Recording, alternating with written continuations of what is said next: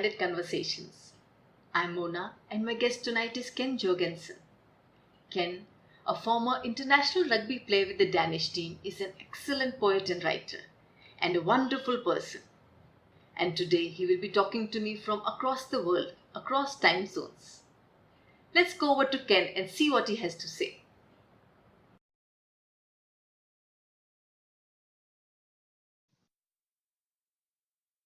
Hi, Kenny. It's a pleasure to have you here.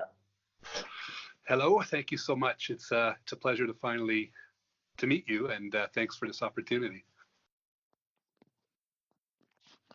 Okay, let's begin now with your playing days.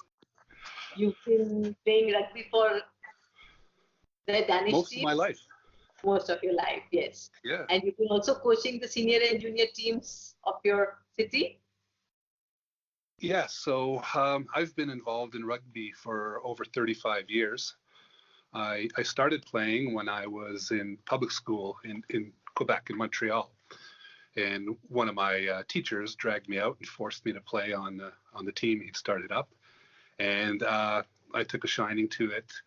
I loved it. It was an excellent sport for me. And when our family moved to the Toronto area, a suburb called Markham, which is was a small town, now it's a small city, I joined the high school rugby team. And it was one of those things. I was at a brand new school. I didn't know anybody. And it was a really good way to meet people and make friends and join a community.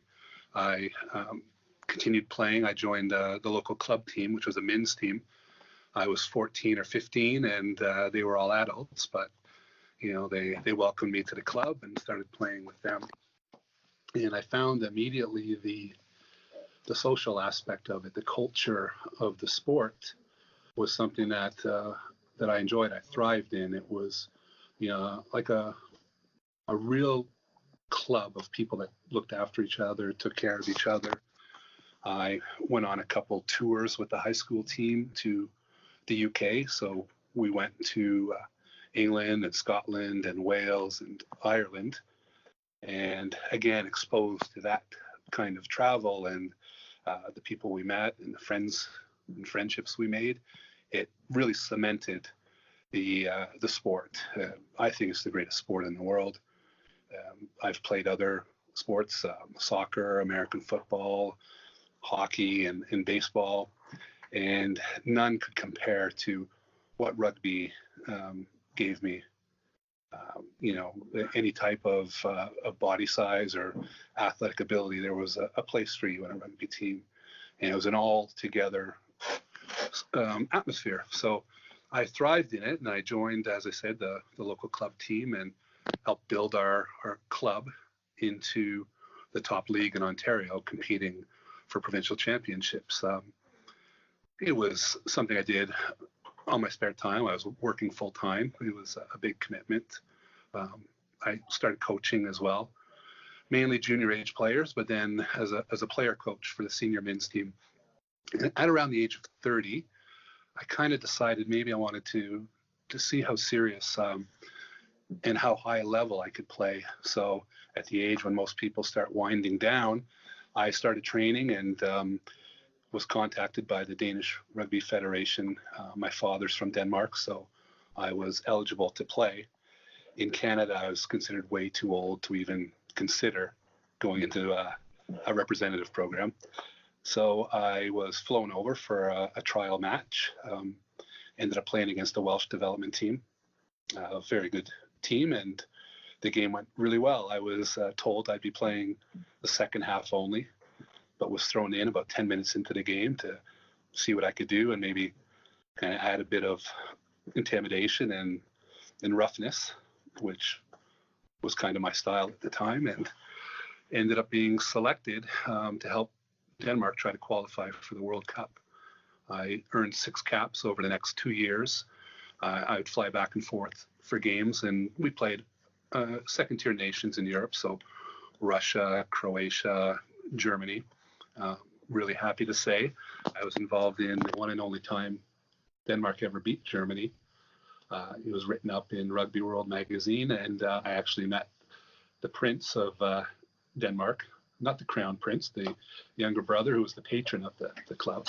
And it was a real honor. And just again, the level of play was a step up for me. The level of care, the travel, it was just a wonderful experience.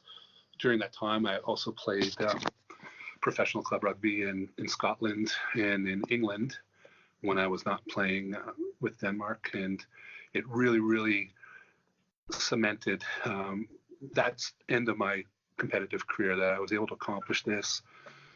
I filled in, I did what I could, and then returned back to Markham and back to my work. And all my emphasis went into developing and coaching players, both boys and girls in high school age, and later with the senior men's team, and then took over with a co-coach of mine, the women's program that was struggling at the club. And we built it up. We won 4 championships over 5 years and got them into the top tier.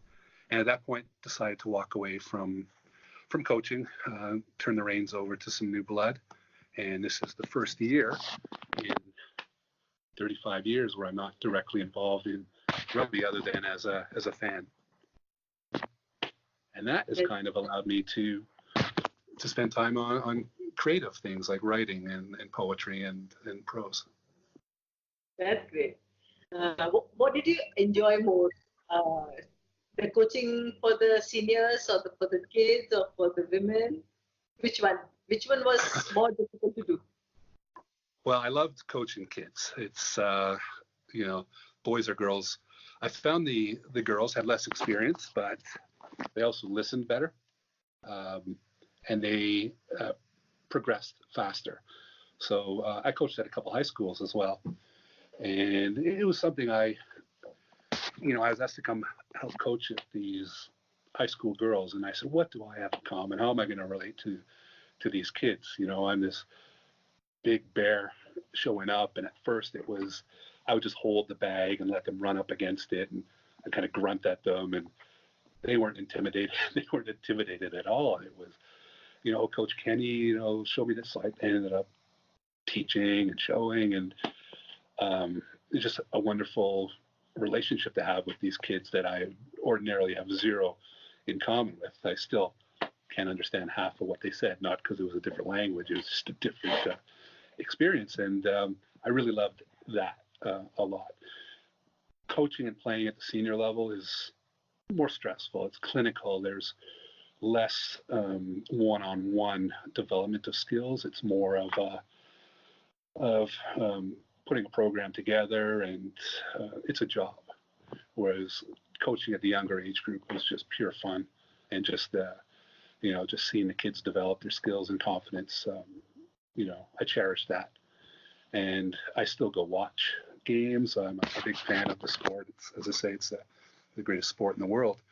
But having 3 or 4 days free now that I used to commit to after work, going and coaching and playing, and weekends, full day Saturday for traveling to games, and recovering on Sunday. It's as I say, it's allowed me to do other things in my life right now.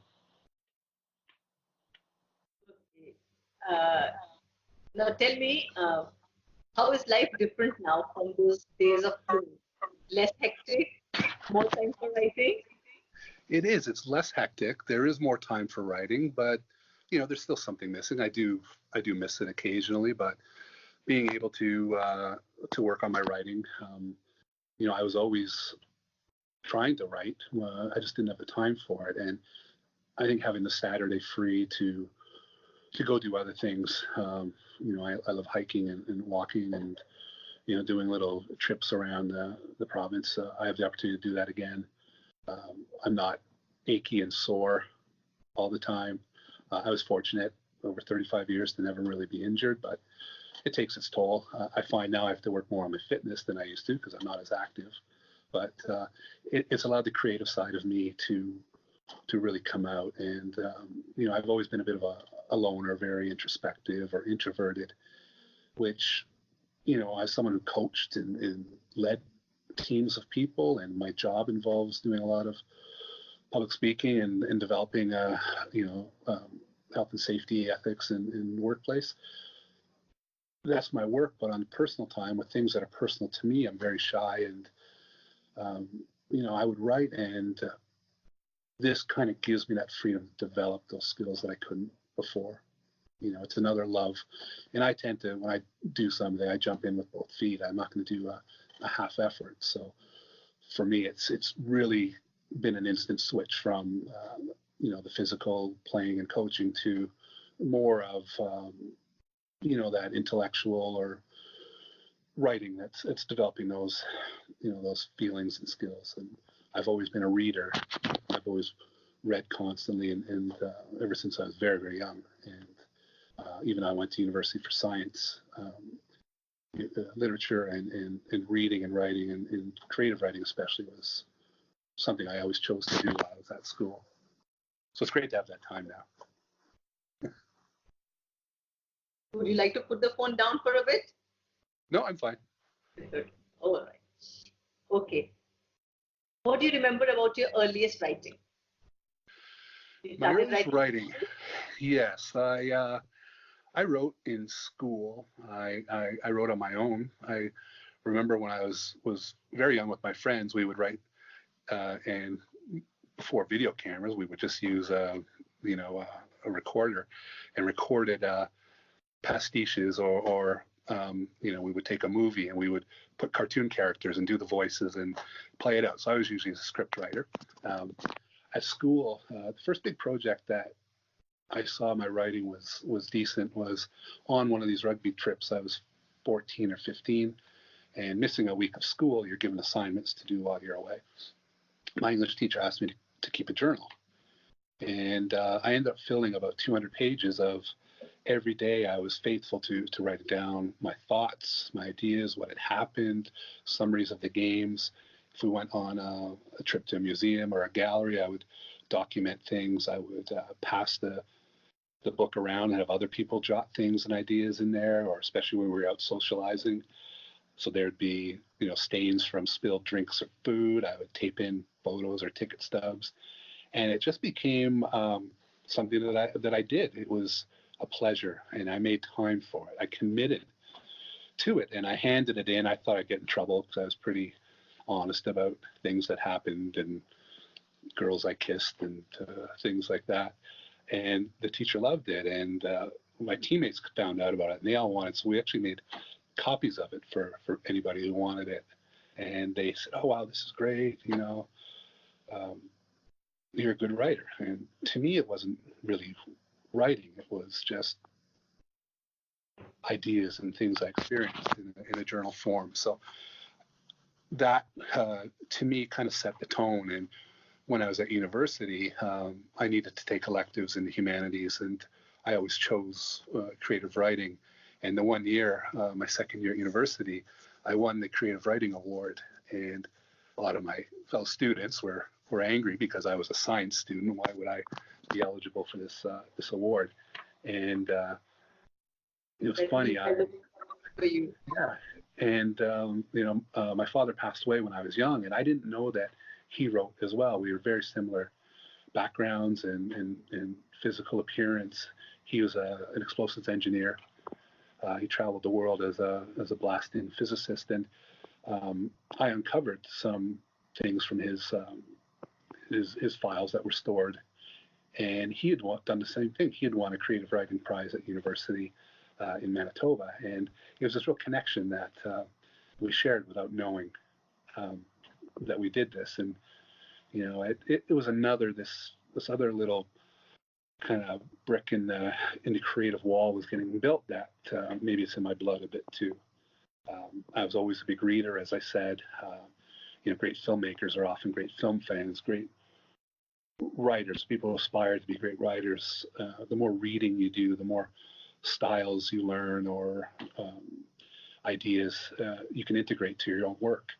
And I found as I had time to write more, I developed a voice. Another opportunity came by. About 8 years ago, there was a magazine in Ontario called the Pub Magazine. It was published by a man named Bill Perry, who was known as Canada's pub guy. He wrote I think 12 to 15 books about great pubs in Ontario and across Canada. And he's on TV shows and all kind of. He approached me through a friend to write to be a feature writer, focusing on a sports-related article for each issue and to help out with some of the pub reviews. And I said, yeah, that would be a fantastic opportunity. I loved it, and I was given one page in the first couple of editions, and I wrote, sports-related themed, but I always wanted to do more. I bring literature into it. I did an article about famous pubs around the world where authors were known to sit and write, and I would bring ideas and even a bit of poetry into some of my articles, and it became a very popular feature in the magazine. We would get, fan mail or requests, and it was my articles tended to be some of the more favored ones and generated more publicity, and that was really neat because I was meeting great people and interviewing, the vice president of the National Hockey League, professional football players, Toronto Argonaut cheerleaders, and I was having a great time with it. It was really fun, and that again developed this writing voice I have. I was never an English student per se. I took courses, but it wasn't my major, and that really was a good run. We did it for about 4 or 5 years of writing that magazine, and that made me think, you know what, I could do something with this writing. And then I started writing poetry about 3 years ago or 2 years ago. I'd always read poetry. I'd had my favorites, and it was a bit of Instagram where I tended to follow a lot of writers, and it was actually some of the kids I coached said, "You don't have any social media, and why don't you try Instagram?" And so I did, and then I started following writers like yourself. I'm a big fan of yours. As you know, I really, really love your writing, and I said, maybe I can try this. And for me, it was unedited. I would write a poem, I put it out there, and I now have a record of about 3 years of things I've written, and I'm currently going through and rewriting. I've already done a lot of it, but it was something for me. It was a bit of a scary situation, throwing my thoughts and ideas out there, but it was also a very invigorating process. It was, any challenge that brings fear also on the flip side. When you get through it and you see, I'm okay, it's it's a real plus. It's a wonderful, positive feeling. And I started developing, again, a bit of a poetry voice. I tend to write a bit more classically, with the vocabulary I use, a bit of darkness in most of what I write, a bit different from, again, a lot of other things. But for me, there's meaning to everything I wrote. And it wasn't just the words, it was the story behind the words. It was, the way that you can use it as a metaphor or a simile, and I understand the true meaning, and this community became similar to that rugby community where, traveling around the world, I backpacked when I was young, and whenever I ran out of money, I would just find a rugby club, and they would say, "Okay, we'll find you a place to stay for free, and we'll get you a job." And I still do that here with people that come around, by the way. It's every country plays rugby, but it's not a big sport except for maybe in a handful. So this community is like an international, brotherhood or sisterhood of people there, like-minded people who will always be generous and helpful. And this poetry community I found is very, very similar. That very supportive, encouraging, helpful, and it's replaced rugby in a way in my life that there is this resource that can help build my skills and my enjoyment of it, and to now think that I actually write some things that people enjoy is very. It makes me feel good. It's a great feeling, as you know. That's true. That's true. What is your favorite writing time? Morning, night? How do you like to do it? Do you like to write more to prompts, or you just like to write to your feelings? I write anytime, but I'm most productive in the morning. Some very early in the morning. So I'll get up at 5 in the morning on the weekends on the novel I'm working on, and I'll write for 2 or 3 hours.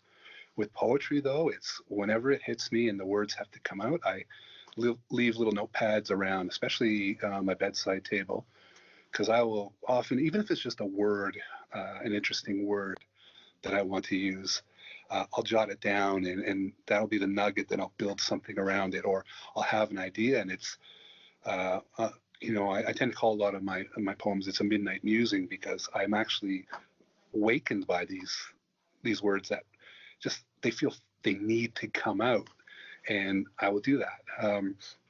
With my novel, it's morning. It's I'll edit in the evening, but I'll write in the morning, and daytime's for work, unfortunately, but it does pay the bills for now.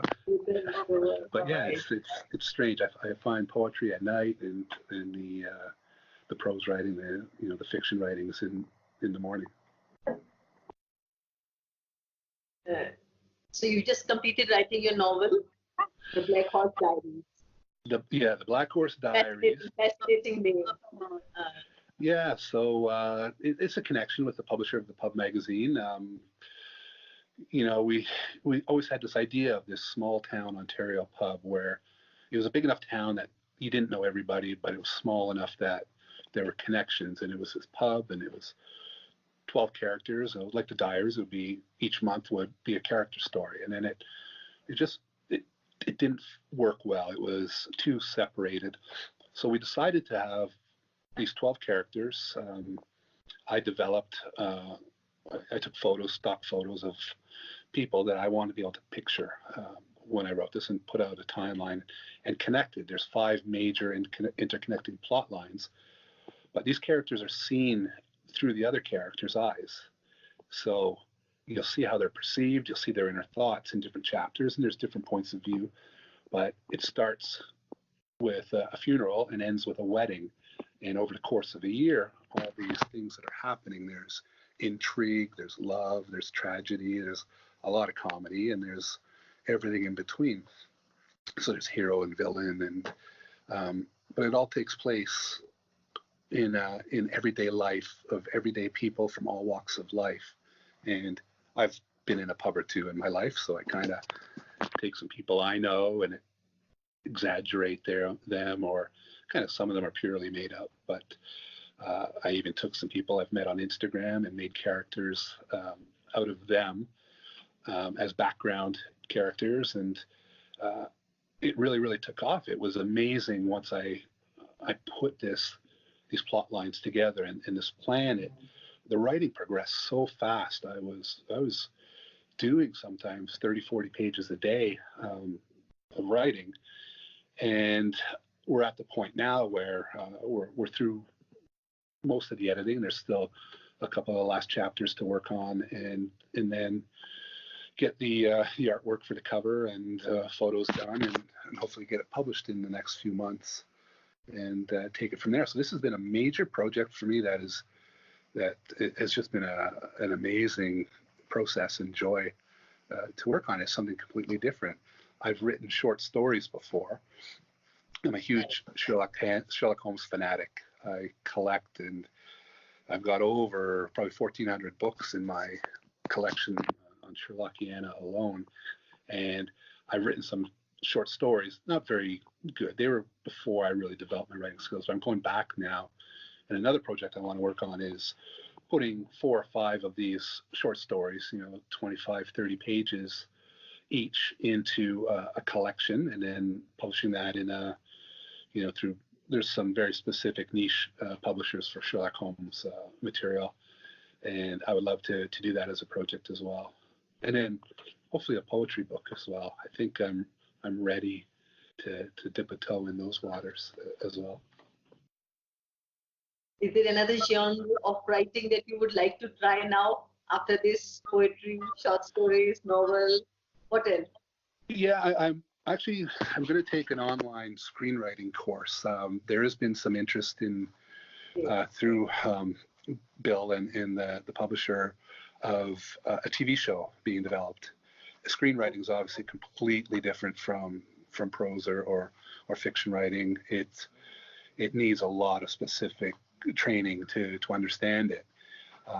I don't want to relinquish the rights to this baby that I'm producing on paper, and just selling the rights for whatever minimal amount, and not having a say anymore on what happens doesn't interest me. So I'd rather, if we are going to go that way, and I think it logically is a progression that could possibly happen with this. There's repeat characters. It would fit in a serialized TV show or a miniseries. So there is interest. I'd like to be involved in that in some capacity. So I'm going to be taking some screenwriting courses to hopefully develop those skills as well, and maintain an involvement in that, and maybe do a sequel. We'll see, but it's definitely not the end of my writing. It's really just the beginning. Okay. Have you ever thought of now coaching children, kids, not in rugby but in writing? It's, you know what, coaching kids was amazing, and writing to me is so personal, whereas with coaching I was almost a conduit, encouragement and teaching.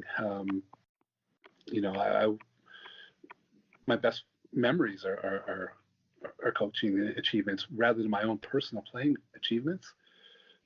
Winning some championships with these kids was way more important to me than becoming an international rugby player or winning championships as a player. Writing, it's this personal thing for me. It's as I say, I'm very introverted and shy when I'm not doing my job or coaching, and it's I still don't understand why. It's the way I am. I tend to be on the periphery, and writing allows me to kind of put myself out there in a protected manner, although sometimes it's pretty scary. And it's a different type of satisfaction I'm getting. It's a more internal, personal thing than coaching was. Coaching was just a shared, wonderful, really group effort. I didn't see myself as a coach. I saw myself as part of this group. Whereas writing, it's inner me, and things that people who know me, they say, "Oh, like, are you okay?" And I go, "Yeah, why wouldn't I? Oh, I read what you wrote." I go, it's creative writing. It's talking about things. It doesn't mean that your and that's again the beauty of poetry is interpretation. People can interpret things differently, and I try to layer what I write, and there's meaning, there's personal meaning into it, but it's also telling a different story that I know, and other people can interpret it a different way and get another experience. Whereas coaching, it was different. It was this is it, no interpretation. As a writer, how do you see yourself, as an entertainer or as someone out to change the world? That is a tough question, and it's, we would all love to be an influence, but for me, it's entertainment. I read because it took me away from things. It was a pleasure to read, and it was an escape. I want what I write to entertain people. Having said that,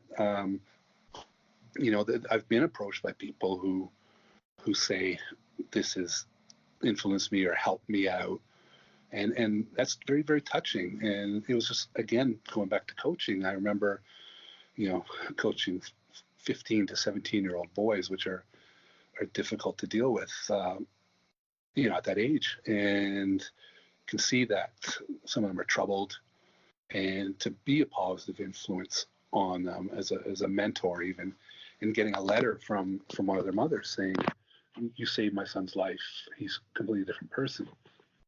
To me, that type of influence is not something I look to do. It's what happens because of what I do. It wasn't the goal. Sorry, it's just some of these memories are tough, but with writing, I want to entertain. I want people to enjoy the time that they've spent writing. And so I'd say entertain first. And if there's anything else that comes from it, that's wonderful too. Let me take a quick break to remind our viewers that we would love to hear from you. Do write in the comments your suggestions, your questions, anything else you have to say, or maybe just say hi to us. We are waiting for you. You can get in contact with Ken on his Instagram at Ken Jorgenson. You can also get in touch with me at my website manic.com or on my Instagram, Facebook, Pinterest, Tumblr, Twitter, wherever you are. We move on to our next section now, which is quick questions. I want you to answer all the questions in a sentence or a couple of sentences. Okay. Now, you're on a flight to Mars. Tell me who are the people you want to take with you? Well, first of all, I would take my wife. I wouldn't want to go anywhere without her. So that would probably be one. I want to have someone really, really interesting to help pass the time. And to me, Conrad Black, who is an infamous newspaper baron and businessman and a very brilliant, erudite writer, one of the great historians of Canadian history. I would love to have him on the trip just to keep me entertained and as a source of constant entertainment. And then it's always difficult to pick one other person, but I would choose my sister. She's traveled with me in the past. I'm very close to her, more so than the rest of my family, and I think I would keep her on that trip. It's boring, but at least I know. Okay, describe the woman of your dreams. The woman of my dreams is easy to describe.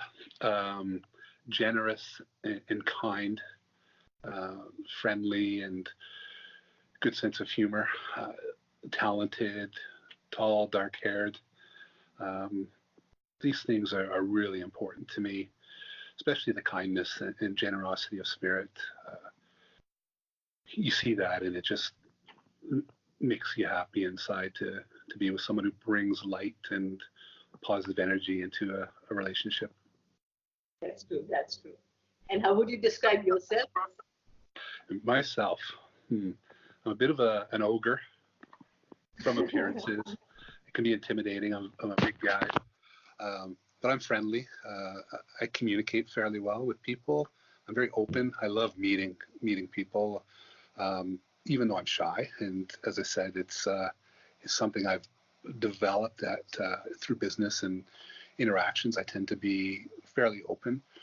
I love thinking the best of people. So being honest with people is important to me, helpful. And I think that's pretty much me. I'm funny. I make people laugh, surprisingly. I bet you I could make you laugh before the end of this interview. Yeah. That's something very important. Yes. Positive. Well, right. What is your favorite accomplishment? Your medals, Yeah, there's a couple things that pop out. One, I received a certified letter a few years ago from the Government of Ontario, which is our provincial government. I received an award, a 20-year volunteer award, a medal, and a certificate from the Premier of our province. There was a group of other worthy recipients there as well. And that was a real surprise to me. I was nominated without my knowledge for all the work I'd done over 20 years coaching and playing. And it was very humbling to be with this group of people who did amazing work as well on their achievements. I was amazed that people would think what I'd done was worthy of that on a personal level. I really enjoyed that. I would think that some of the achievements I had as a player, qualifying for the Danish national team, some of the championships and MVPs I've won, but there's a coach that stood out. This junior boys team that we had, it was a group of misfits, players who never really played other than a little bit in high school. Again, 15 to 17-year-olds, all different backgrounds and religions and cultures, and we mixed this group of just lovable misfits, I called them, and formed a real tight team that works for each other. And we ended up winning a championship against a historically great private school, very rich program. They'd won the championship probably 10 years in a row, and we shocked them. We had some great athletes, and we were able to convince, if you can convince one of these kids that they can do one thing good and make them confident about it, it just builds them up for the next thing and makes them better. And when you have a team of 15 or 20 players and you've got your 3 or 4 great players and you've got some weak ones and everyone else in the middle, if you focus on raising everybody up, the whole ship rises.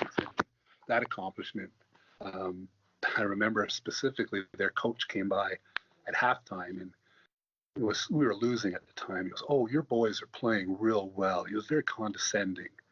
And he thought they were going to win, and we used that. I said, "These guys don't think you're going to win. Nobody thinks you're going to win. Let's show them what you guys can do." And we won that game. And one of that pleasure was telling that coach that his team played really well. So to me, that was a beautiful moment. Yes, it was. It was I was so proud of that group. One thing in your opinion that is desperately wrong with the world right now? It's, the thing that I see most wrong is this unwillingness of people to accept other ideas or beliefs and always assume a negative intent rather than positive intent. And it's not even extremists on either side of an issue. It's the unwillingness to see common ground where it exists. It's making enemies without knowing who these people are. And it's a big divide that I'm seeing all over the place. This unwillingness to see otherness as viable or beneficial to society. It's one or the other. It's black or it's white. And that's not real. In Canada, a very open, welcoming society. In the last 10 years, I've just seen this anger grow between different camps or different viewpoints, and this unwillingness to, as I say, to seek that common ground.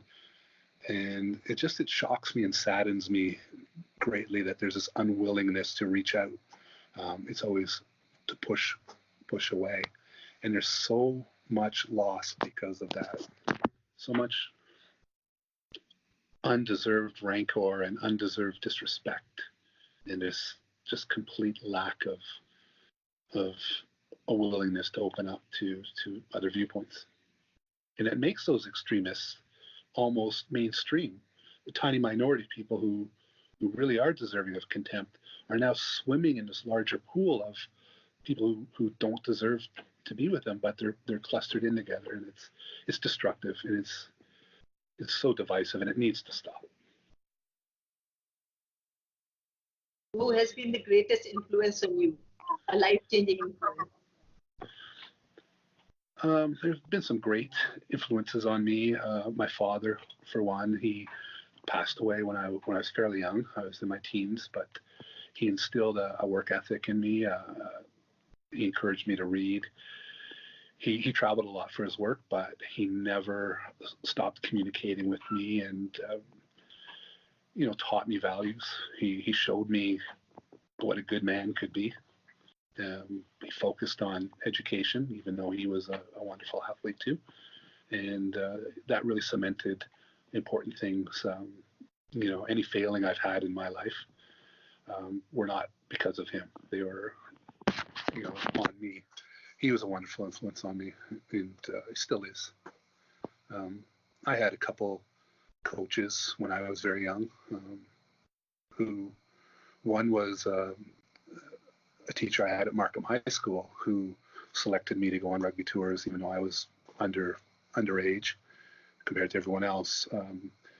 But when they all had break time, I wanted to go to museums and art galleries, and he was very similar, and we kind of developed this mentorship.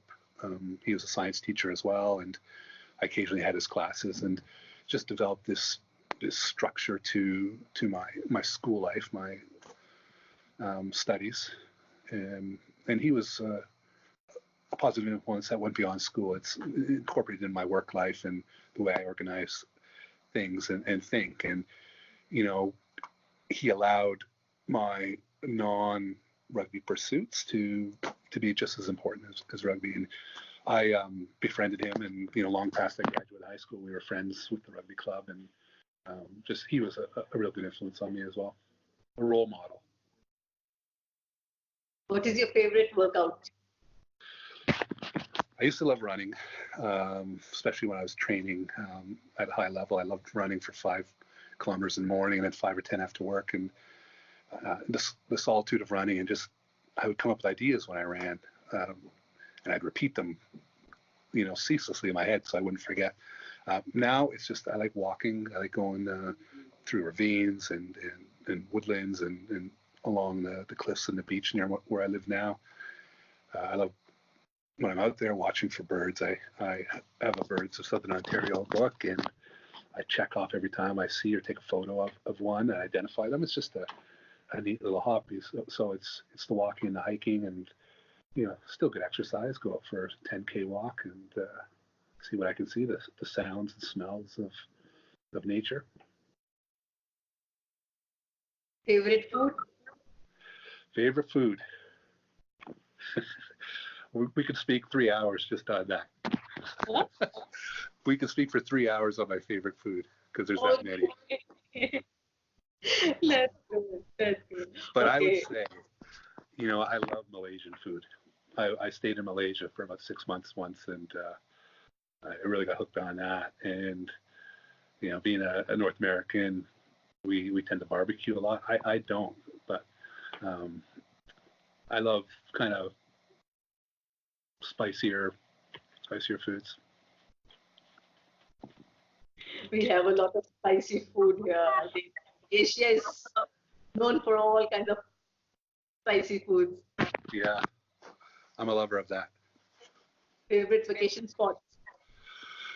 Favorite vacation spot? When I go on holidays, I tend not to be like a beach or lay around guy. I like cities that are walkable, have beautiful architecture. You can see museums and galleries and small shops. So for me, Copenhagen is a favorite. Edinburgh as well. I know people in both those cities, and very friendly and welcoming people. London, obviously, for me, is the mecca of places just for the sheer volume of museums and galleries. I'm an absolute nut for every type of museum, and art. I'm tried painting. I have zero talent at painting, but I love art. And it's weird. For me, writing is kind of that outlet for creativity. I've tried painting so much, and it's just a disaster.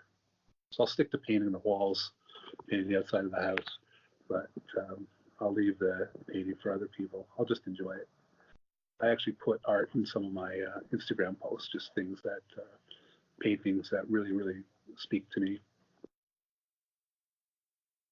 Most irritating habit that you find people? Irritating habit to me, that's an easy one. It's rudeness in people. I really can't tolerate that. People who are rude to others or insensitive, it just shows more about them than anything else. And just the other day, I was in the grocery store, and there's an elderly couple. They just bought their purchases, and they were in line, and they were very, very slow getting things into bags and into the cart, physically having difficulties. And people in the line were actually getting upset and mad at them and saying derogatory things. And I can't understand. That could have been, their mother or father or grandfather or grandmother. And how would you like them to be treated in that situation? it disappoints so much that people can be rude and intolerant like that. There are a lot of them, or not only on the streets or even online. Yeah. I see so much of inflexibility, rudeness. That's very true. It's discouraging. And you say, oh, just ignore it. I'm at the point when I saw that happen in the grocery store, I went through these people because I was near the back of the line, and I started helping this couple, and just they were so appreciative of it, and they knew they were taking a long time. They didn't want to be an inconvenience, but why not help them rather than shout at them? So. Role reversal. You want to ask me a question?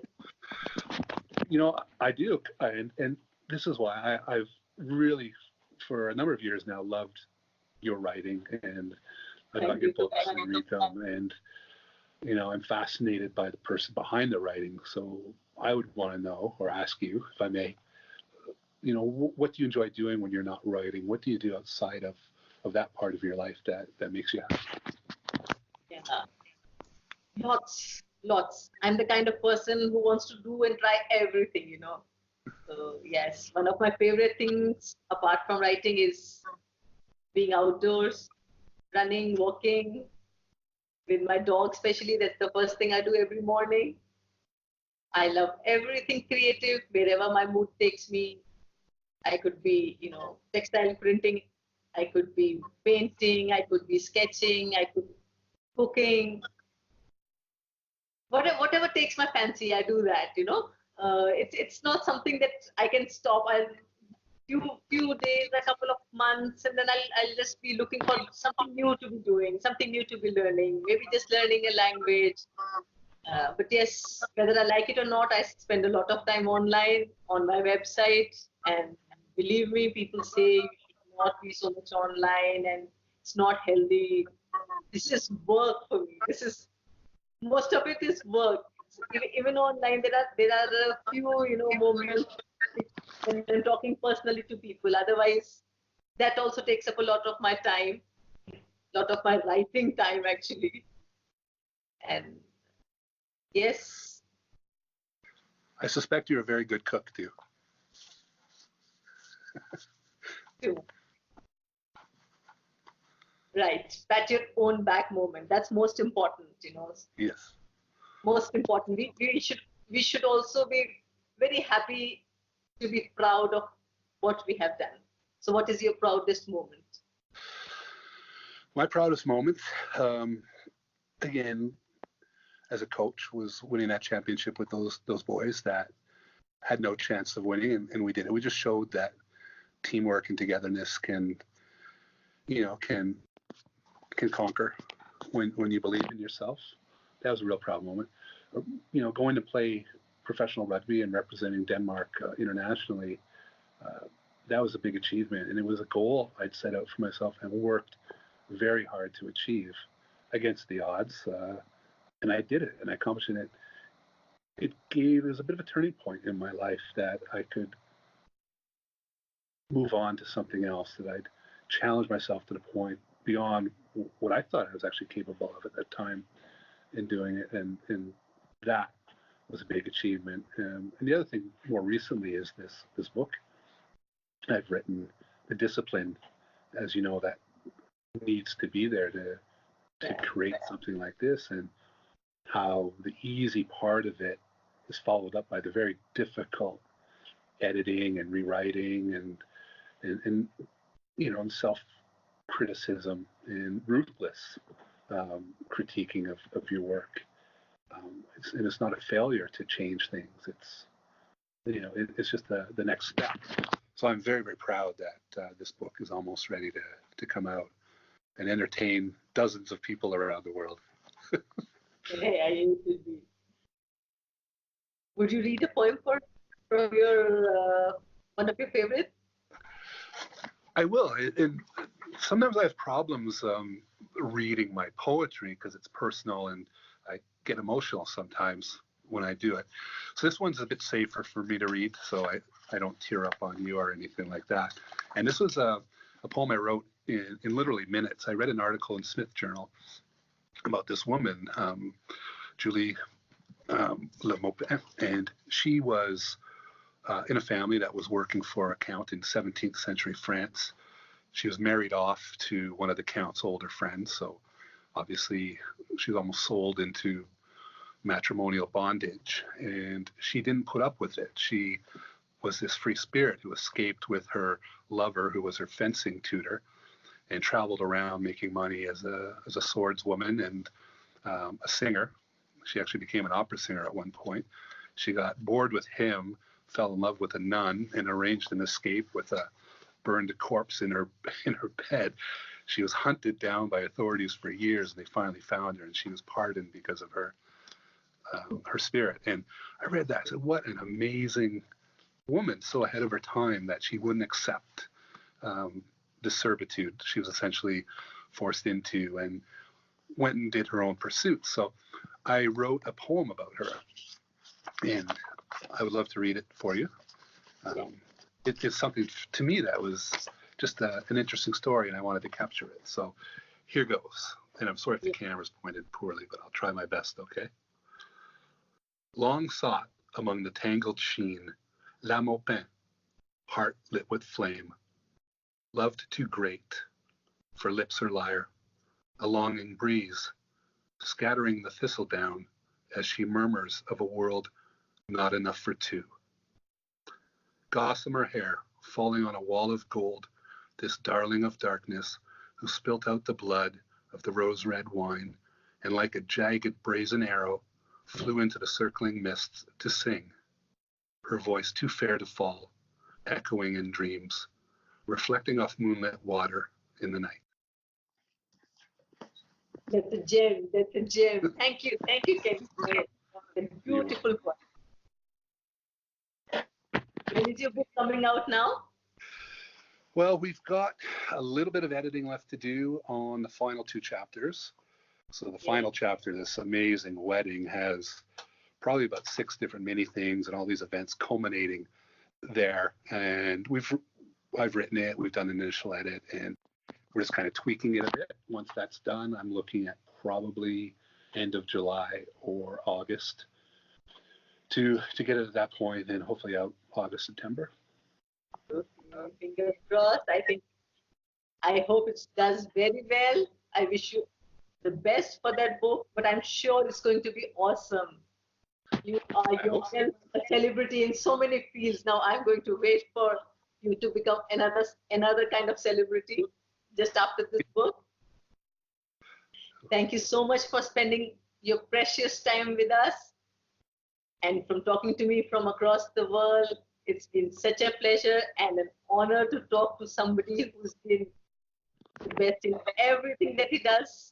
I wish you the very, very best in life. Thank you, Ken. Thank you so much. It was a real pleasure, and I appreciate the opportunity to speak with you and finally see and meet you as well. Yeah, me too. Thank you. Okay. Bye-bye. Bye.